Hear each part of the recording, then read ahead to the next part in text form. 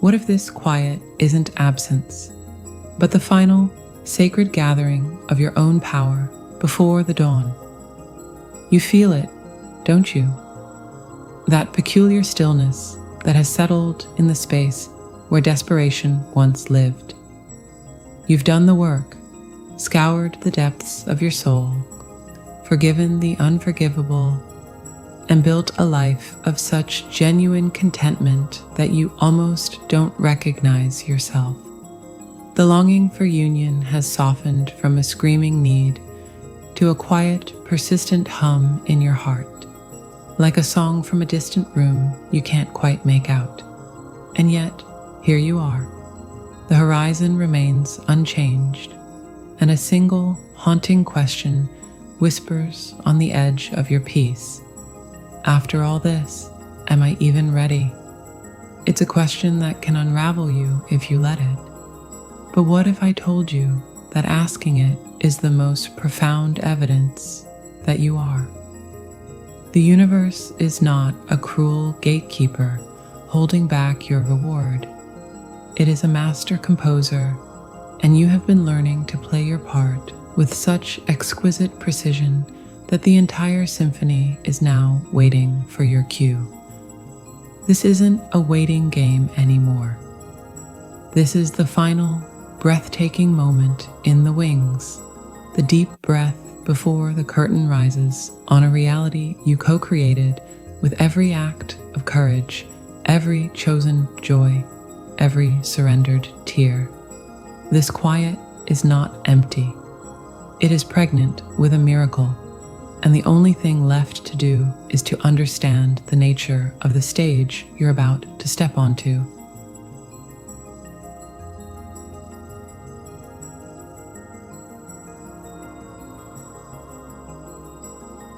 You know, it's funny. We spend so much of this journey in a state of sacred repair. We're like master artisans in the workshop of our own souls, painstakingly gluing the shattered pieces back together with gold, the beautiful kintsugi metaphor we all adore. And you've done that. You truly have. You've sat with the ghosts of your past. You've forgiven the unforgivable. You've built an altar of self-love where there once was a void. You stand now whole, complete, a masterpiece of your own making. And you look to the horizon expecting the gates to swing open, but they don't, not yet. And the question that begins to whisper, a quiet torment in the stillness of the night, is why? Let me tell you a secret, one that bypasses the well-trodden paths of spiritual advice. The universe isn't asking for another healing session. It's not waiting for you to check the final box on your shadow work list. No, the final test is a quantum leap from being healed to becoming a vessel.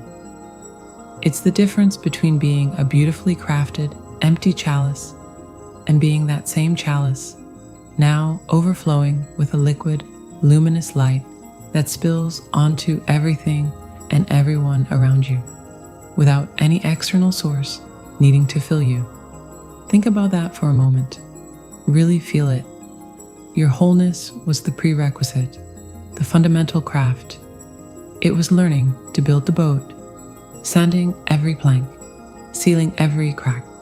But now, the universe is inviting you to become the ocean itself. The boat is static. The ocean is alive, powerful, generative. It holds the boat. It carries it. This is the profound shift. You're no longer the seeker, the repair project, the work in progress. You are the environment in which the miracle of union will naturally occur. It's a subtle but monumental energetic recalibration. It's moving from a frequency of I am ready to receive love to I am the very embodiment of the love I wish to experience. Can you feel the difference? The first, however empowered, still holds a whisper of expectation directed outward. The second is a statement of fact an internal reality so potent it reshapes the fabric of your world.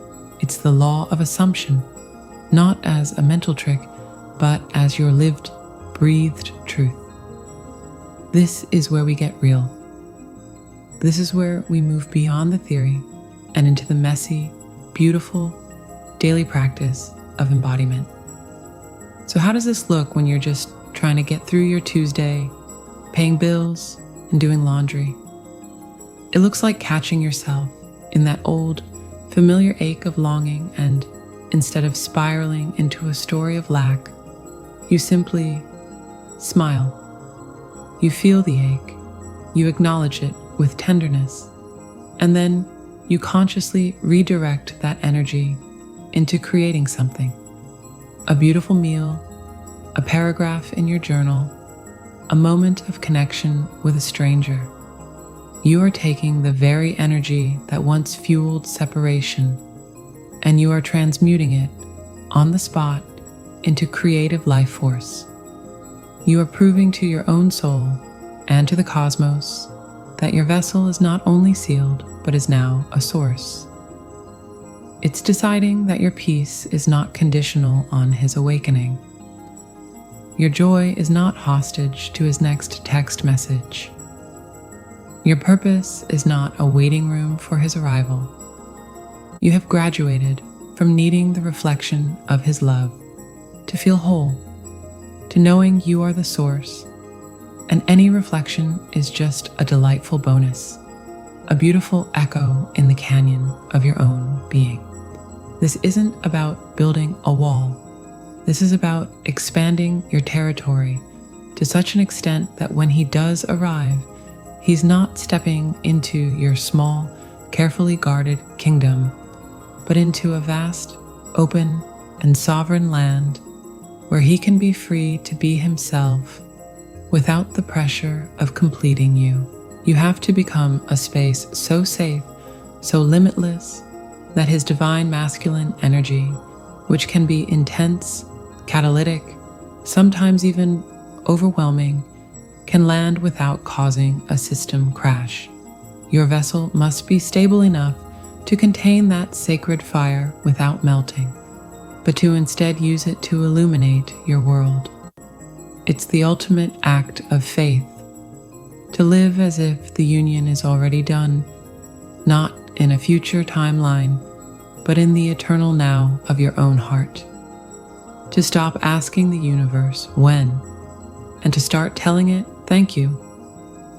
And the most fascinating part? This state of being a sacred, overflowing vessel is the very frequency that finally makes the physical reality of union not only possible, but inevitable. It's the final silent magnetic command. But here's the thing. This incredible sovereign state creates a new kind of tension, a final exquisite test that almost no one talks about. It happens not in the silence of separation, but in the thrilling, terrifying moment when he finally starts to draw near again. And how you navigate that, well, that is a whole other dance of the soul. Are you ready to discover what happens when your calm, deep ocean finally meets the approaching storm of his return?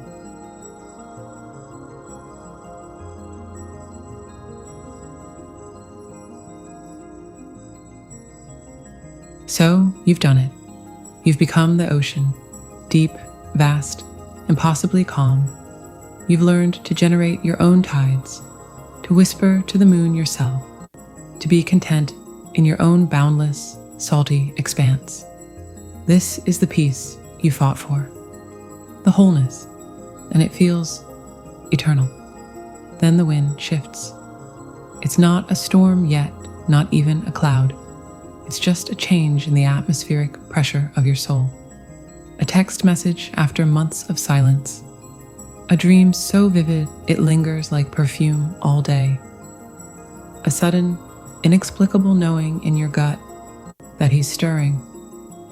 And your entire being, that beautifully calm ocean, suddenly feels the gravitational pull of a planet it thought had drifted away. This is the real test. This is where spiritual theory meets the trembling in your hands. Anyone can find peace in the void. That's Spiritual Bootcamp 101. But can you hold that peace when the very thing you've been praying for, crying for, becoming for, suddenly starts materializing on the horizon?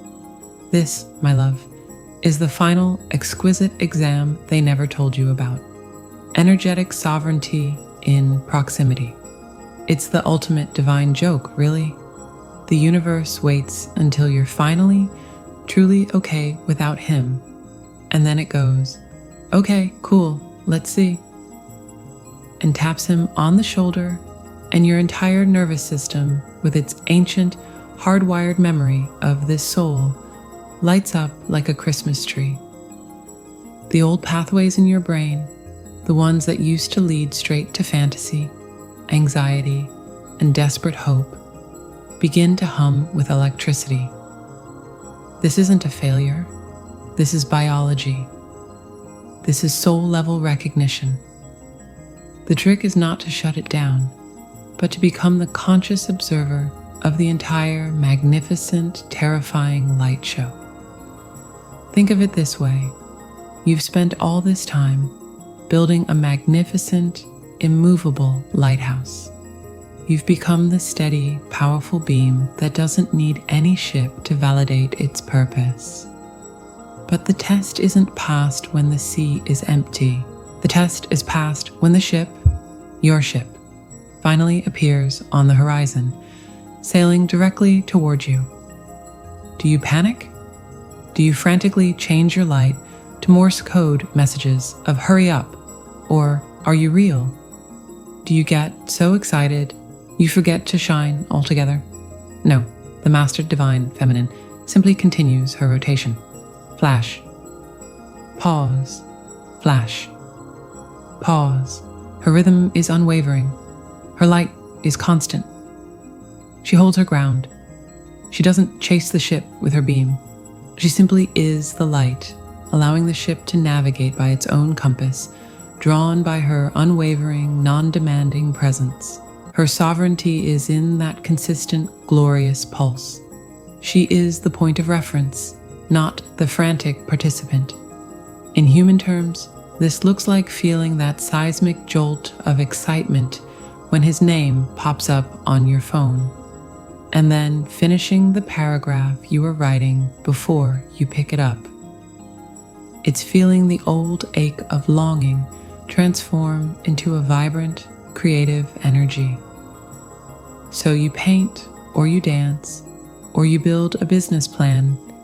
Instead of letting it curdle into anxious waiting, it's having a conversation with him and feeling your soul recognize his, while your feet remain firmly planted on your own path, your own mission, your own life that is already rich and full without him.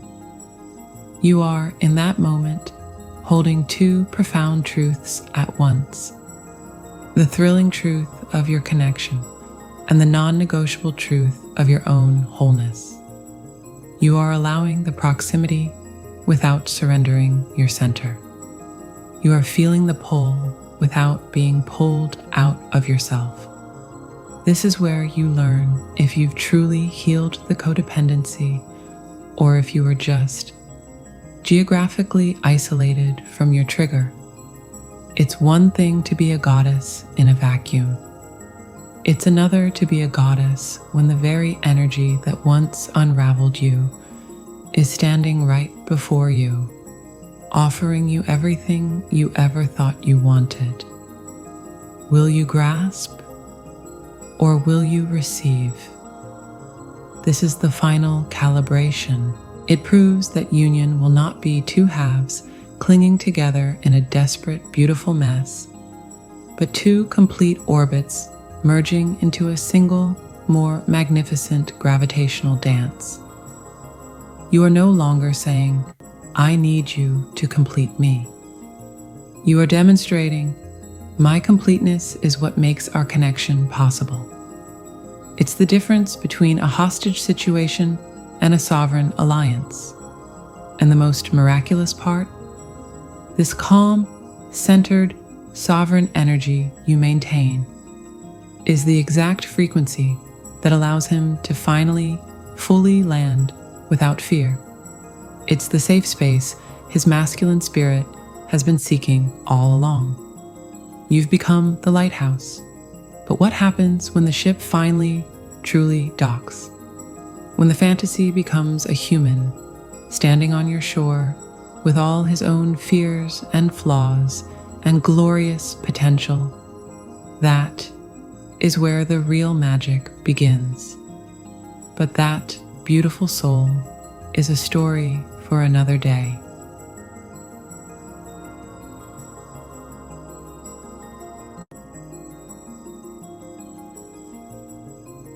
And so we arrive here, not at a finish line, but at a beginning so profound it makes every ache, every lonely night, every whispered prayer feel like the necessary tuning of an instrument before a grand symphony. Let's be clear, this was never about a test you could fail. This was an initiation you were always, always destined to pass. These final stages, this sacred vessel you've become, this unwavering resonance you now hold, are not hurdles placed by a capricious universe. They are the final gentle polishing of the lens through which you are about to perceive a miracle you previously could only imagine. You spent so long reading the score, studying the notes of love, longing, and healing. And now you are being asked to put down the sheet music and simply play, to become the music itself. The longing you feel, it is not a sign of absence, but the magnetic pull of a future reality already existing in the quantum field, tugging at your heart like a moon on a tide it cannot see. The readiness you seek is not a state of perfect, static completion. That's an illusion. It is a dynamic, vibrant aliveness. It is the courage to stand in the center of your own life, with your hands wide open, capable of holding both immense joy and profound peace in the very same breath. Think of it like this. You've been learning to sing a single, beautiful note so purely, with such perfect pitch, that it now harmonizes effortlessly with the entire cosmos. You are no longer straining to hear his song. You are generating the frequency that makes his note an inevitable, breathtaking chord in your shared existence. The union was never about two separate melodies crashing into each other. It is about two sovereign vibrations, recognizing they have always been part of the same everlasting song. So when you feel that tremor of excitement, that flicker of old fear, that surge of hope, don't curse it as a setback. Bless it as the final tuning of your instrument. Your nervous system is not betraying you. It's acclimating to a higher voltage of divine love. It's learning to channel lightning without being burned. You are not waiting for a key to a door somewhere out there. You are realizing, with a shock of delicious recognition, that you have been diligently, lovingly crafting the door itself within your own being. And now you stand before it, not with a key, but with the effortless knowledge that it opens from the inside. The lock was never on the other side. This journey was never about finding a missing piece.